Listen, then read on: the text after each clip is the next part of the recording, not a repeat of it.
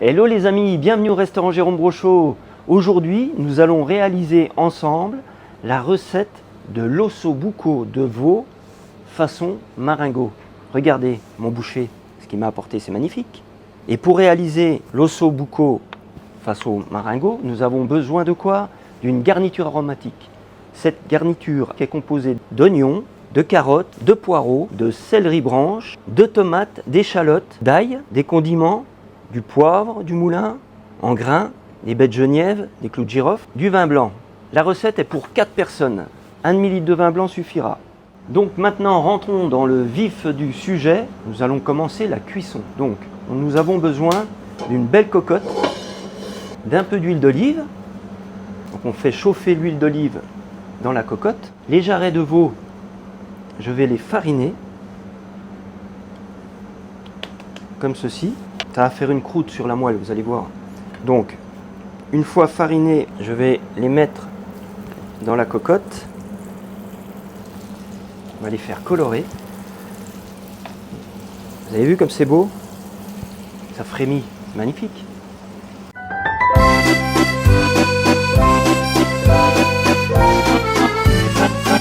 Ça mijote, ça colore, ça colore. Vous avez vu, j'ai bien fait de les fariner. Pourquoi? Parce que ça fait une croûte sur la moelle. Donc là, coloré d'un côté, coloré de l'autre côté.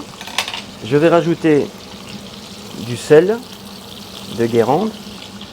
Je vais mettre du poivre que j'ai concassé. Comme c'est coloré des deux côtés maintenant, je vais retirer mes morceaux de jarret.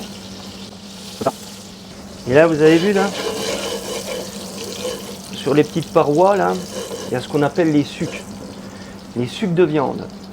Et là, je vais rajouter ma garniture aromatique. Donc là, je vais porter à ébullition. Donc j'ai mis le vin blanc et autant de vin blanc que d'eau. Donc je rajoute 1 demi-litre d'eau. Et maintenant, je vais déposer les morceaux de jarret délicatement dans ma cocotte. Je rajoute mon bouquet garni, comme ceci. Approchez-vous. Magnifique tout ça. Et maintenant, je recouvre le tout et je vais laisser mijoter en surveillant la cuisson pendant 45 minutes. À tout à l'heure les amis. Qu'est-ce que ça sent bon. Le verdict. Prêt pour la présentation à l'assiette et à la dégustation.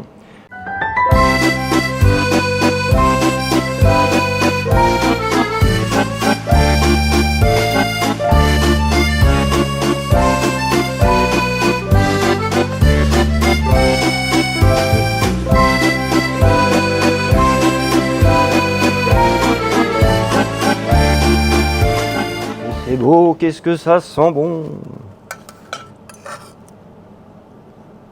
Le jus de cuisson et le résultat, prêt à être dégusté en salle, l'ossobuco de veau façon marengo. Marengo suite à la bataille de Marengo sous Napoléon. Et à la base c'était du poulet marengo. Et je crois qu'ils mettaient des écrevisses. Eh bien, bonne dégustation, ce fut un plaisir de vous avoir partagé cette magnifique recette. À très vite.